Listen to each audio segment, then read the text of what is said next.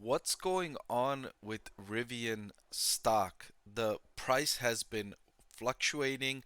News has been coming out about production cuts and lower than expected production guidance for 2023. So in this video, I'm going to go through Rivian's Q4 earnings call that took place on February 28th, and we're going to find out really what's going on with Rivian stock right from the source, right? We're going to go straight to management. We're going to look at what the CEO and the CFO of the company are saying, right? So you don't have to get this news from third parties or from somewhere else. We're going to go straight to the CEO and figure out what's going on with this company. So this is going to be interesting. So you're going to want to stay tuned. Let's get started. So first of all, CEO Robert Scaringe talking about total production of 24,337 vehicles for 2022. Now that was lower than expected. They had continuously brought down targets throughout the year. Beyond this ramp, they're bringing down the focused on their product teams on their next generations of technologies because they're going to launch the new R2 platform coming soon, as early as the second half of 2023 potentially. In the fourth quarter, he says we increased production to over 10,000 units, which represented a 36% increase over the third quarter of 2022. And they maintain a vehicle backlog that provides clear demand visibility well into 2024. Now, remember, at the end of the third quarter, they said that they are no longer going to tell us what the vehicle backlog is.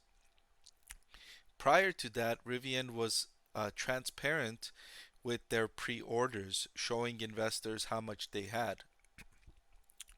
Now they're being more coy about it, hiding that figure, and this comes just as rumors are spreading that consumer demand for electric vehicles is falling. So that's left investors and analysts like myself to estimate that the reason they're removing this transparency is because the numbers are falling and they don't want to show that to investors and drive the stock down further. Remember, this stock used to be trading at over $150. It's down to closer to $15 as of this recording. So the last thing management wants is further pressure driving this stock price lower. So the CEO saying the core priorities for 2023 are ramping production of the R1 and RCV platforms, driving cost reductions, developing the R2 platform and future technologies, and delivering an outstanding end-to-end customer experience. I would say the first and second points need to go together. Ramping production and driving cost reductions, they need to do that together. They need to show more progress towards profitability in ramping production as well as driving cost efficiencies. That needs to go hand in hand. So one of the enablers that's going to reduce their cost is the reducing material cost by introducing future technologies. Earlier this month, we started producing the saleable units of our in-house Enduro drive unit. And then they're excited to introduce the 390 mile R1S Max Pack variant, where they're going to begin deliveries on this vehicle this fall, and they expect high demand for this new offering.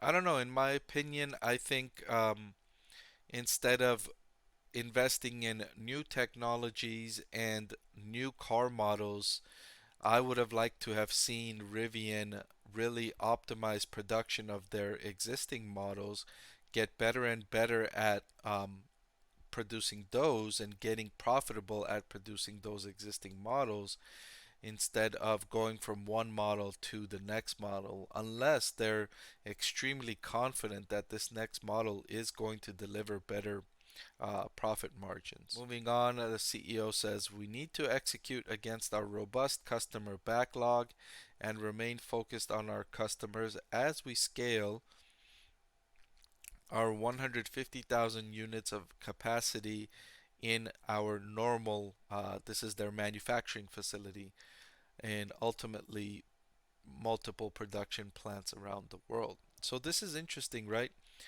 Rivian, if you noted earlier, they were forecasting 50,000 um, units produced in 2023. That's just one third of the capacity. They have capacity for 150,000 units for 2023, but they're only going to produce one third of that. And that can partly explain why they're having such a hard time reaching profitability, because they're very slow to reach their capacity. And if you have capacity of 150,000 and you're only producing 50,000, there's room for improvement there. Your cost structure is based on 150,000 units, but you're only producing 50,000 units. So you're spreading your costs only on 50,000, where you could be spreading your costs across 150,000 units. So that's their challenge, is to ramp up production, and this is the challenge for many EVs right now, is the supply side. They're all competing with each other, trying to ramp up production. They're all trying to buy the same materials, and they're having a hard time securing the materials.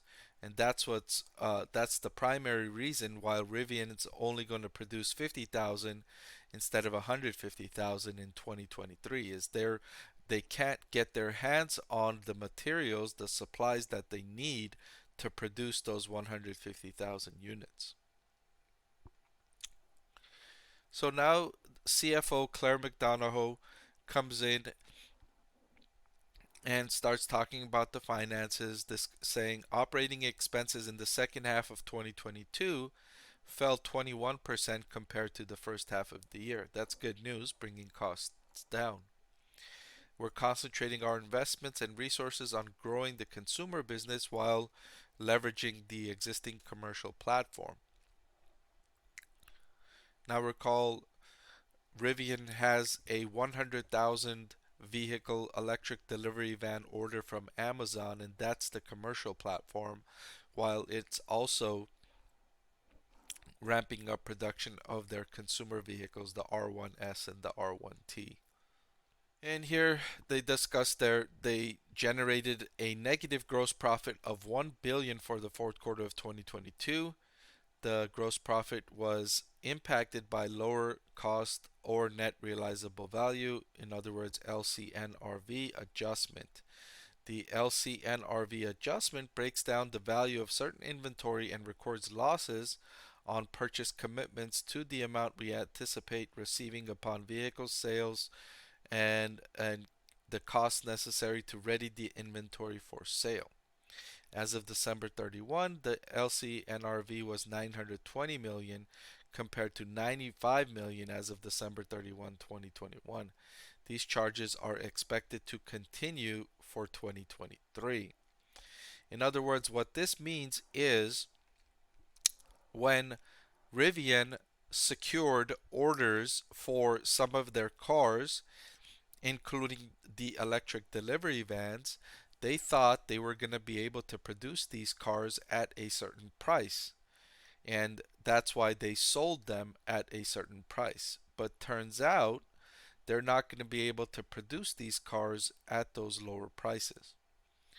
And so they needed to make an adjustment based on that, because now they're going to earn a lower amount of gross profit per one of those vehicles that they have contracted to sell. Now recall, the company has a lot of pre-orders, including the 100,000 pre-order from Amazon. So this is a hit to its profitability and a hit to those that thought those 100,000 pre-orders from Amazon was going to be a really, really good thing for Rivian and Rivian's profits, which may not be the case because they agreed on a certain price for those 100,000 cars that they're going to deliver to Amazon. But now their cost of goods sold are increasing, and so their profit margin on those sales are declining.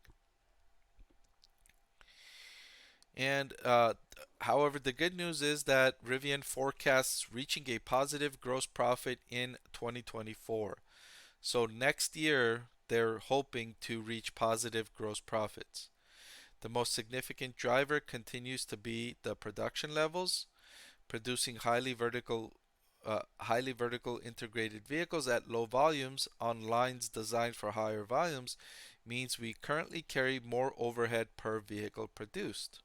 That's what I was talking about earlier when saying that when you're producing just 50,000 cars and your facility is capable of producing 150,000, you've got more overhead than you need. I want to thank the Motley Fool for sponsoring this video. Visit fool.com/parkev for the 10 best stocks to buy now. So they ended the fourth quarter with 12 billion in cash and equivalents and restricted cash. So they've got plenty of cash on hand to continue ramping up production and getting to those scale levels that's going to deliver profitability. But it's just a matter of getting there effectively and efficiently and not burning through uh, all of that cash before they get there. So they're guiding to 50,000 vehicles produced this year. We expect the full year production to be back end weighted. So most of this 50,000 to be produced towards the back half of the year rather than the first half of the year. And during 2023, our gross profit margin is expected to remain negative. So, looking at what the CEO and CFO said during this earnings call, we get an idea of the big picture of what's going on at Rivian. So they invested in developing this car, the capability to produce this car of 150,000 units for 2023. However, because of supply chain shortages, they're only going to be able to produce 50,000 for the year. Now, the other side of the coin is that they have customer orders that they could fulfill if they had the production capacity, if they had the materials to do so. So the customer orders are there, the manufacturing capacity is there. What's missing are these components, specifically these semiconductors that they are unable to get their hands on uh, at a price that would make sense. So that's what the significant headwind is for Rivian for 2023. That's what's causing the stock price to continue to fall, and hopefully the company can get this under control. So that's all I've got for this video. I hope that sheds some insight into what's going on with Rivian stock. As always, thank you so much for watching, and I'm going to link you to 2 videos or 3 videos at the end of this one that I think you will enjoy. All right, so please click on one of those and I'll see you over there.